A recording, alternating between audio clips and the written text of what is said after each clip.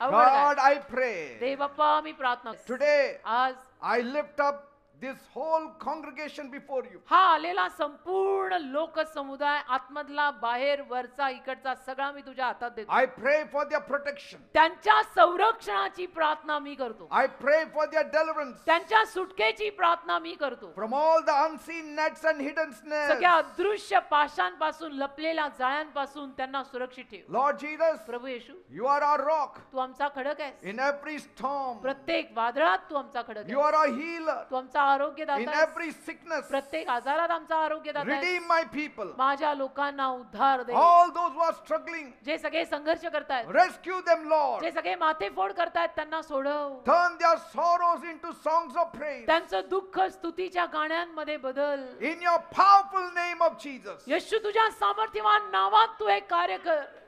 Amen and amen. Amen.